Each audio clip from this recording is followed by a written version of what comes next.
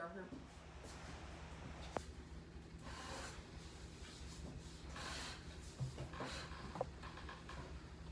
You love doing that. Just so quick, just to catch me. Morning, everybody. Welcome to day 43 He don't know. of orange juicing. Okay, today we got 3 chapters that we got to get through.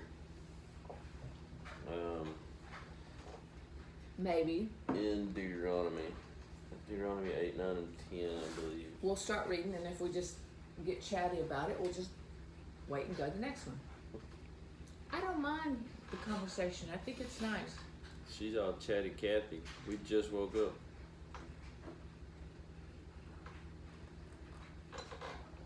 Yeah. Trying to cut down on coffee. All that sugar. No, it's not the coffee that's got the sugar in it. It's all that This creamer. much coffee, that much creamer. Yeah, he's worse than me, which is pretty bad. Anyway, Plus, maybe it'll be better for my legs. yeah. All right, here we go. Deuteronomy. Wait. Can you hear my glasses are over there? You know I can't see. I mean I can, but not in this book. Right, yeah, right there.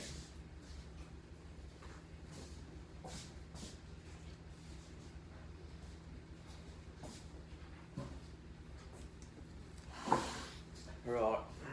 Let's show it again. Deuteronomy 8.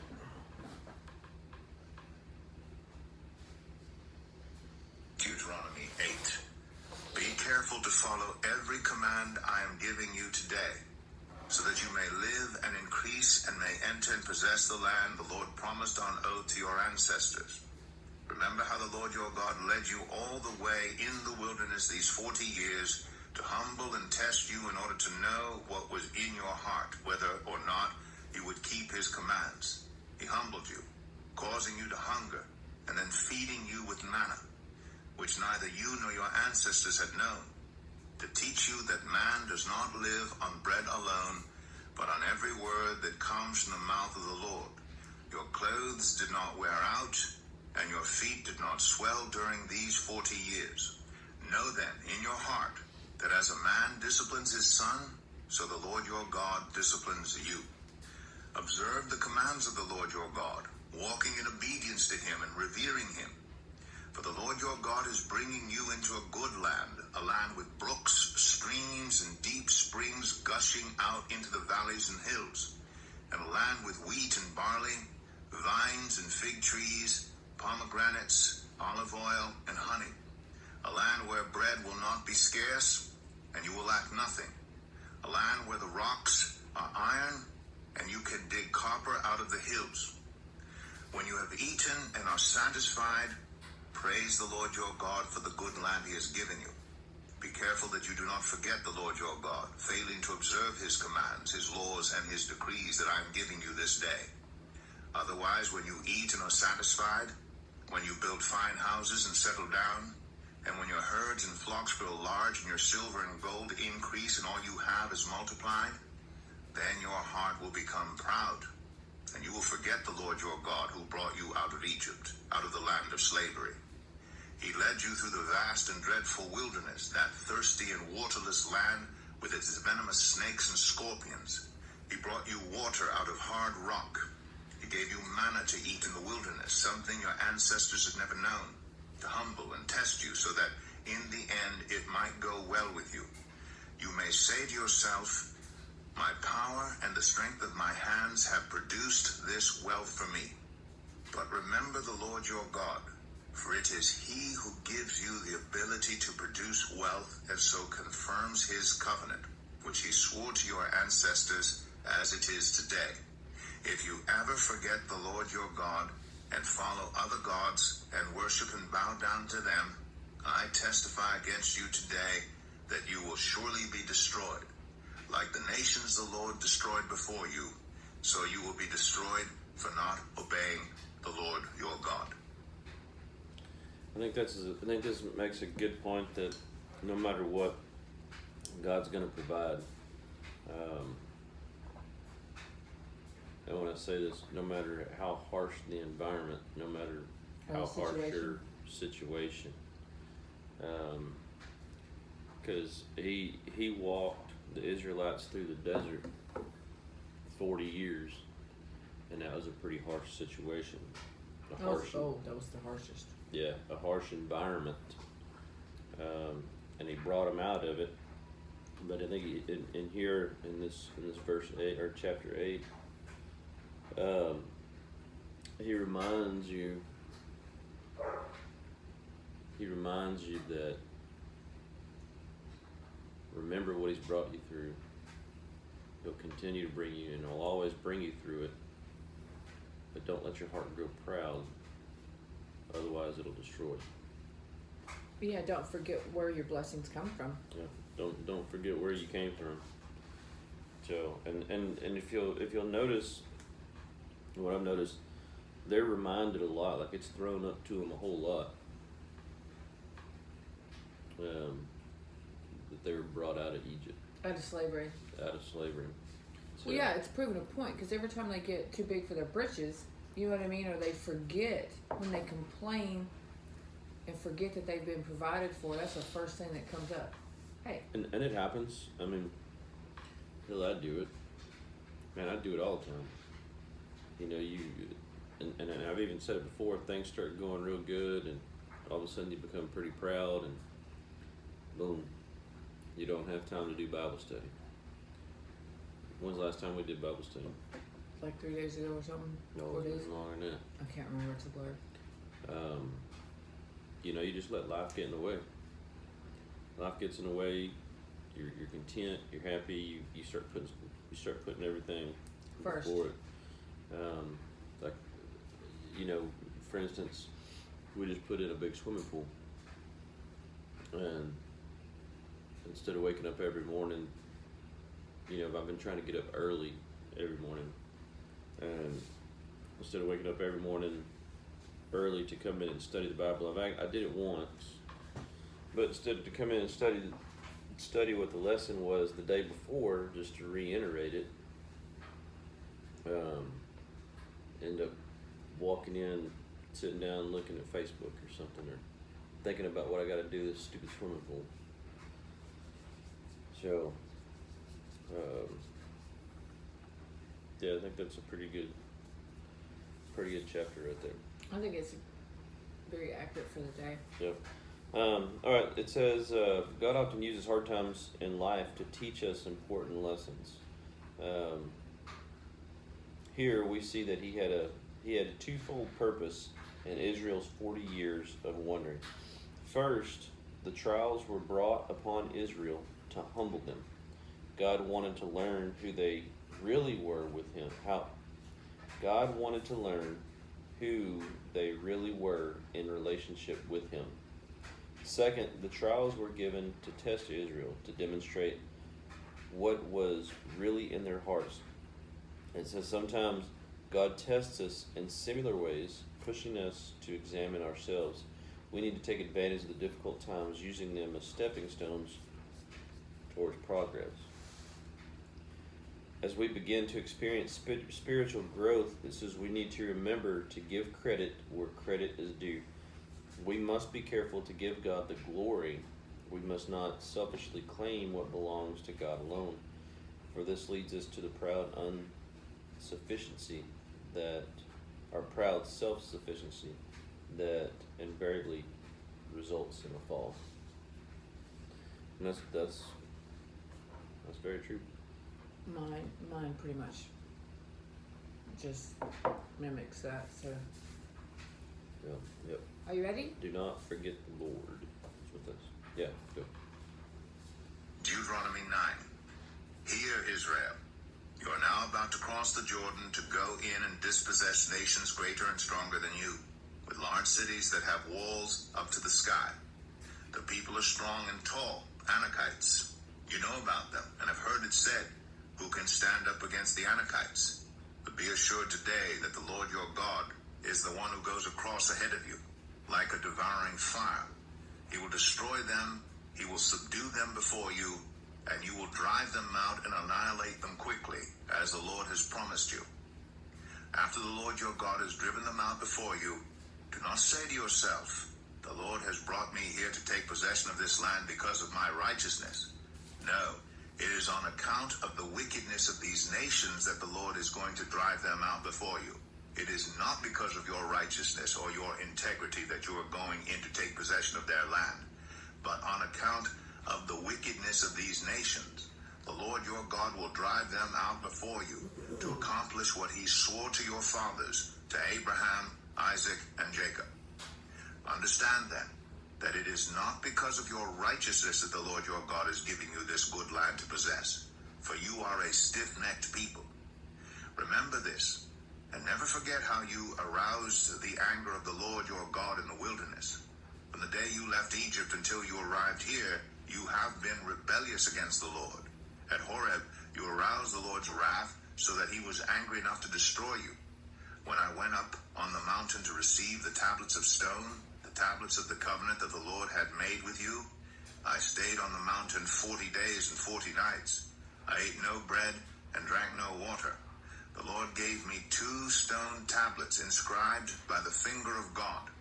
On them were all the commandments the Lord proclaimed to you, on the mountain, out of the fire, on the day of the assembly. At the end of the 40 days and 40 nights, the Lord gave me the 2 stone tablets, the tablets of the covenant. Then the Lord told me, go down from here at once, because your people whom you brought out of Egypt have become corrupt. They have turned away quickly from what I commanded them, and have made an idol for themselves. And the Lord said to me, I have seen this people, and they are a stiff-necked people indeed. Let me alone, so that I may destroy them and blot out their name from under heaven. And I will make you into a nation stronger and more numerous than they. So I turned and went down from the mountain while it was ablaze with fire, and the 2 tablets of the covenant were in my hands. When I looked, I saw that you had sinned against the Lord your God. You had made for yourselves an idol cast in the shape of a calf. You had turned aside quickly from the way that the Lord had commanded you. So I took the 2 tablets and threw them out of my hands, breaking them to pieces before your eyes. Then once again I fell prostrate before the Lord for 40 days and 40 nights. I ate no bread and drank no water, because of all the sin you had committed, doing what was evil in the Lord's sight, and so arousing his anger. I feared the anger and wrath of the Lord, for he was angry enough with you to destroy you. But again the Lord listened to me, and the Lord was angry enough with Aaron to destroy him, but at that time I prayed for Aaron too. Also, I took that sinful thing of yours, the calf you had made, and burned it in the fire. Then I crushed it and ground it to powder as fine as dust, and threw the dust into a stream that flowed down the mountain. You also made the Lord angry at Taberah, at Massa, and at Kibroth Hattaavah. And when the Lord sent you out from Kadesh Barnea, he said, go up and take possession of the land I have given you. But you rebelled against the command of the Lord your God. You did not trust him or obey him. You have been rebellious against the Lord ever since I have known you. I lay prostrate before the Lord those 40 days and 40 nights because the Lord had said he would destroy you. I prayed to the Lord and said, Sovereign Lord, do not destroy your people, your own inheritance that you redeemed by your great power and brought out of Egypt with a mighty hand. Remember your servants, Abraham, Isaac, and Jacob.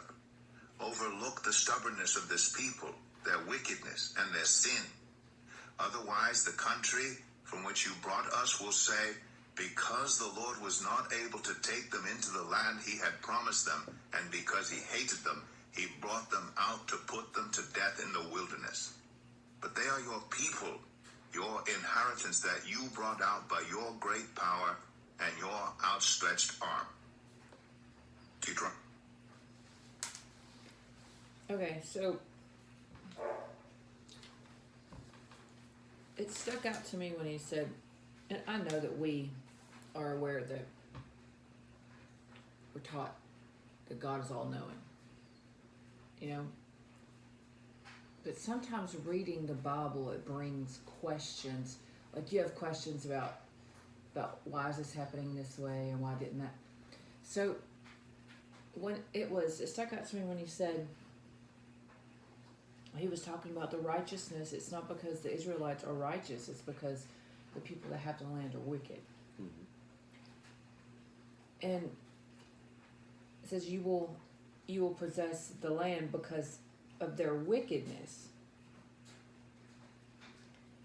Lord your God will drive them out before you to accomplish what he swore to your fathers, Abraham, Isaac, and Jacob. So,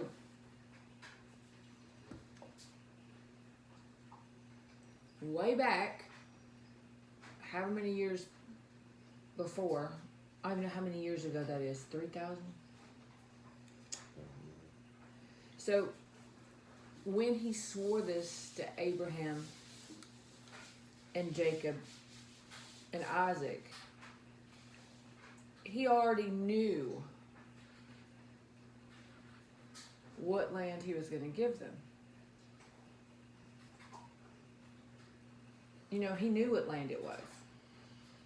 Remember, he spoke, it was the land of Canaan. I mean, he knew what land it was. So at that point, he already knew that there was going to be wickedness there. Mm-hmm. X amount of years later. Isn't that crazy? I mean, it's hard to fathom. Knowing, but at the same time, like a parent, you know something's going to happen and you can't. Like you said, at one point when we were doing Bible study, you said, why is it that they didn't, why do we just follow this nation? Why is it that nobody else was? Did they not try to convert them to preach the word of God? You know what I mean? And so, I don't know the answer to that. But that came to mind whenever he read that. It's like all the questions about wickedness and knowing that it was going to exist. Did they try to stop it, or did it just happen because it's who they were in their heart? And that's originally God's, it's still the people that God sent out, according to the Bible. Those nations. Anyway, it's pretty wild. That long ago, he knew there'd be wickedness there. Says this verse reminds us of the truth found in Romans 8:31. If God is for us, who can be against us? God went ahead of his people to guide them and prepare the way for them. He destroyed Israel's national enemies. In light of this, we too can be confident that God will go before us and give us victory. Moses prayed to God,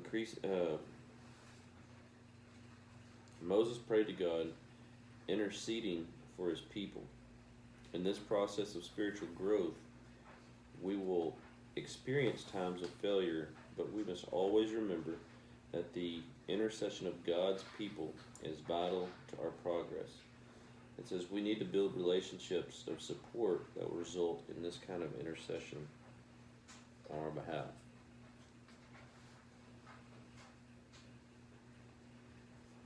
Is that all you got?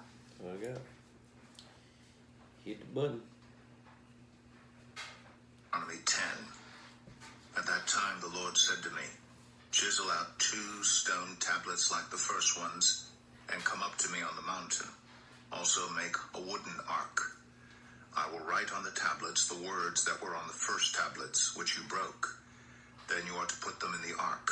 So I made the ark out of acacia wood, and chiseled out 2 stone tablets like the first ones, and I went up on the mountain with the 2 tablets in my hands. The Lord wrote on these tablets what he had written before, the 10 commandments he had proclaimed to you on the mountain, out of the fire, on the day of the assembly. And the Lord gave them to me. Then I came back down the mountain, and put the tablets in the ark I had made, as the Lord commanded me, and they are there now. The Israelites traveled from the wells of Bnei Jacan to Mosera. There Aaron died and was buried, and Eleazar his son succeeded him as priest. From there they traveled to Gudgodah and on to Jotbathah, a land with streams of water. At that time the Lord set apart the tribe of Levi to carry the ark of the covenant of the Lord, to stand before the Lord, to minister and to pronounce blessings in his name, as they still do today. That is why the Levites have no share or inheritance among their fellow Israelites. The Lord is their inheritance, as the Lord your God told them. Now I had stayed on the mountain 40 days and 40 nights, as I did the first time, and the Lord listened to me at this time also. It was not his will to destroy you. Go, the Lord said to me, and lead the people on their way, so that they may enter and possess the land I swore to their ancestors to give them. And now, Israel, what does the Lord your God ask of you? But to fear the Lord your God, to walk in obedience to him, to love him, to serve the Lord your God with all your heart and with all your soul, and to observe the Lord's commands and decrees that I am giving you today for your own good. To the Lord your God belong the heavens, even the highest heavens, the earth and everything in it. Yet the Lord set his affection on your ancestors and loved them. And he chose you, their descendants, above all the nations as it is today. Circumcise your hearts, therefore, and do not be stiff-necked any longer. For the Lord your God is a God of gods and Lord of lords, the great God, mighty and awesome, who shows no partiality and accepts no bribes. He defends the cause of the fatherless and the widow, and loves the foreigner residing among you, giving them food and clothing. And you are to love those who are foreigners. For you yourselves were foreigners in Egypt. Fear the Lord your God and serve him. Hold fast to him, and take your oaths in his name. He is the one you praise. He is your God, who performed for you those great and awesome wonders you saw with your own eyes. Your ancestors who went down into Egypt were 70 in all. And now the Lord your God has made you as numerous as the stars in the sky. Let's see. God's pattern for holy living begins with a proper relationship with him. Growing out of that relationship, which is defined by humble listening, is a proper lifestyle. Observe the Lord's commandment. Oh, excuse me. Notice that obedience to God's laws is for the good of the person who obeys.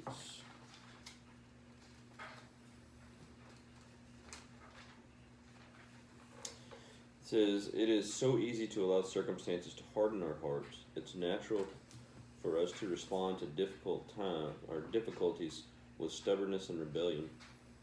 But here we are asked to repent for our stubborn ways and keep our ears open to God. God desires to communicate with us. We need to listen and then follow through. I think your trials and tribulations do harden your heart. It has mine, for sure. I don't want to say necessarily trials and tribulations, but Life. yeah, life does harden your heart.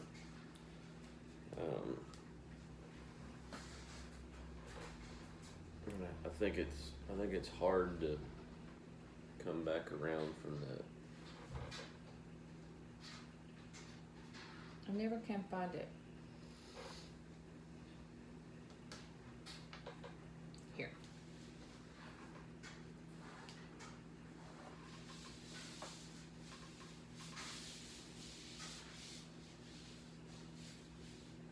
Thank goodness you're here.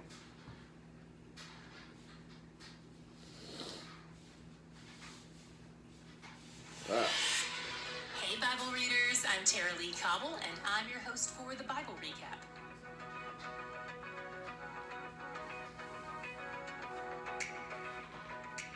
Today we drop back in on Moses' speech to the new generation of Israelites before they enter the Promised Land.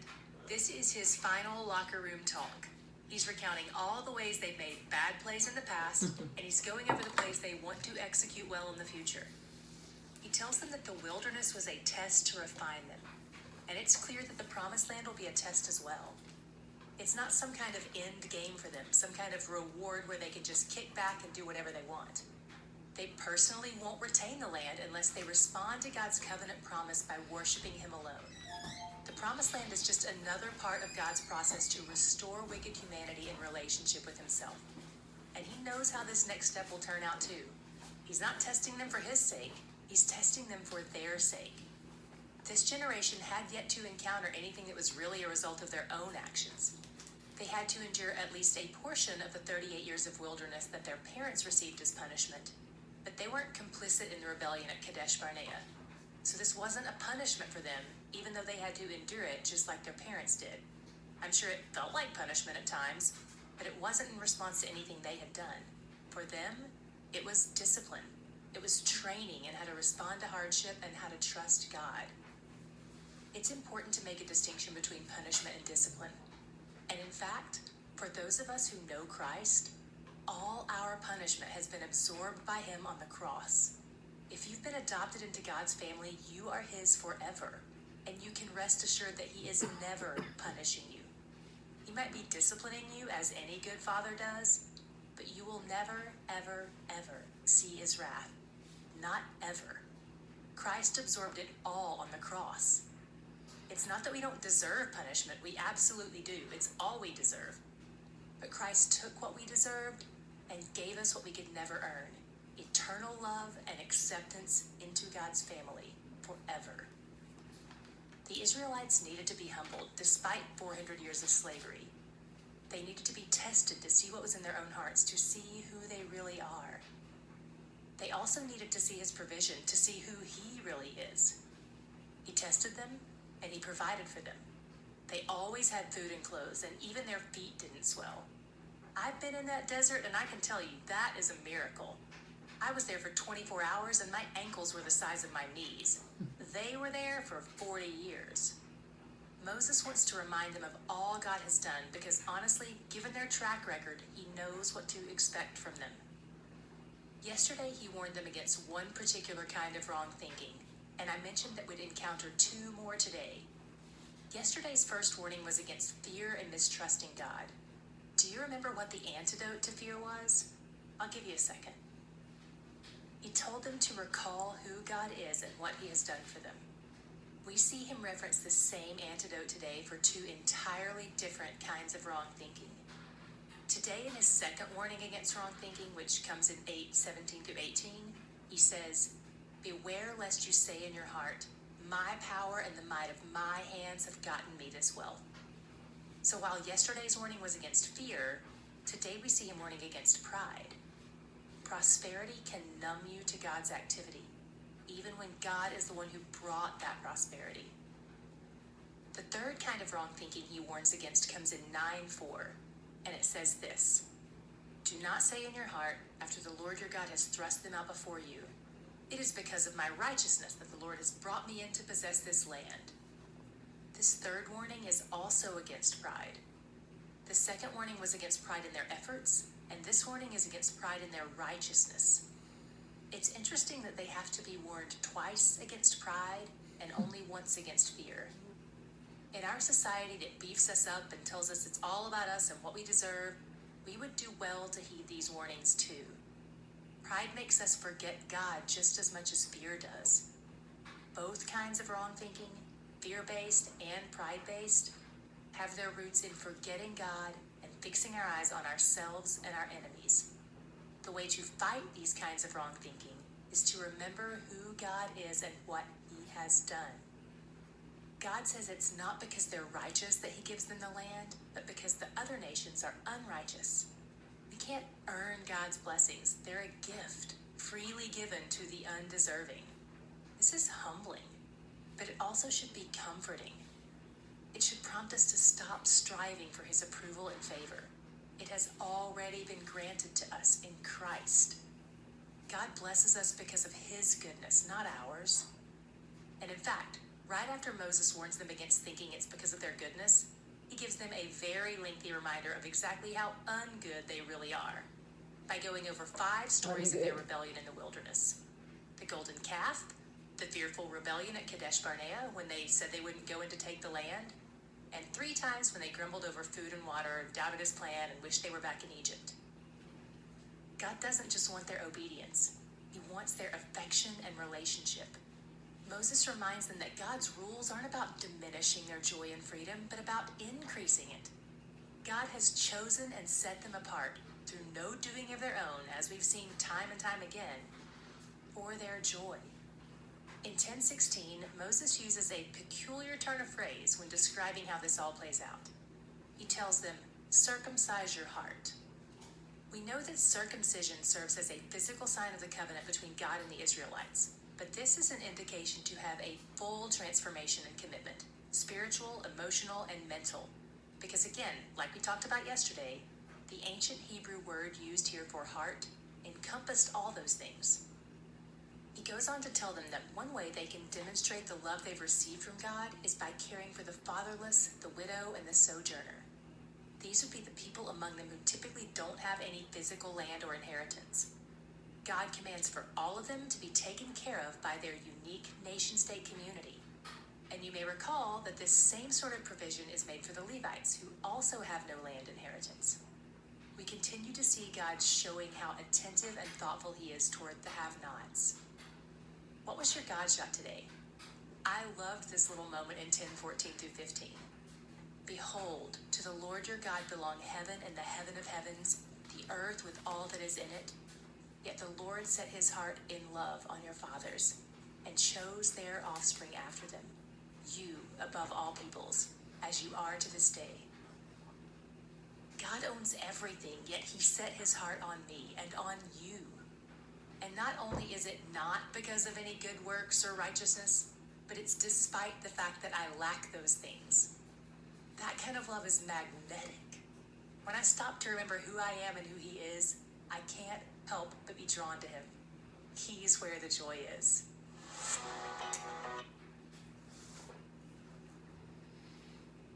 You know, when you hear,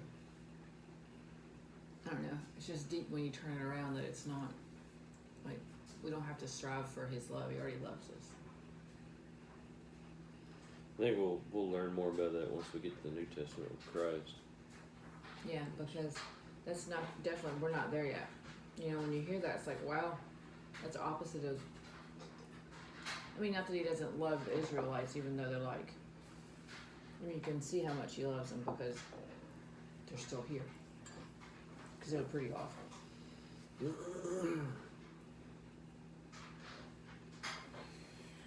Alright, thank you guys for joining us. Sorry we're so sporadic on this. We're trying to do better. Lord Father, thank you for this day. Father, thank you for all the blessings. Please guide and direct us. Please keep us safe, Lord. Thank you for the morning, this morning that you allowed us to wake up, the sun shining, Lord, and sit here and read your word. Father, thank you for the lessons that you're teaching us. Thank you for opening our heart to take your word in. Just thank you for everything that you do for us, Lord. I ask that you be with us as we go through this day. Keep us safe. Forgive us for sins. Forgive us where we fail you. Your son Christ's name we ask. Amen. Amen. Alright guys, we will see you all on the next one.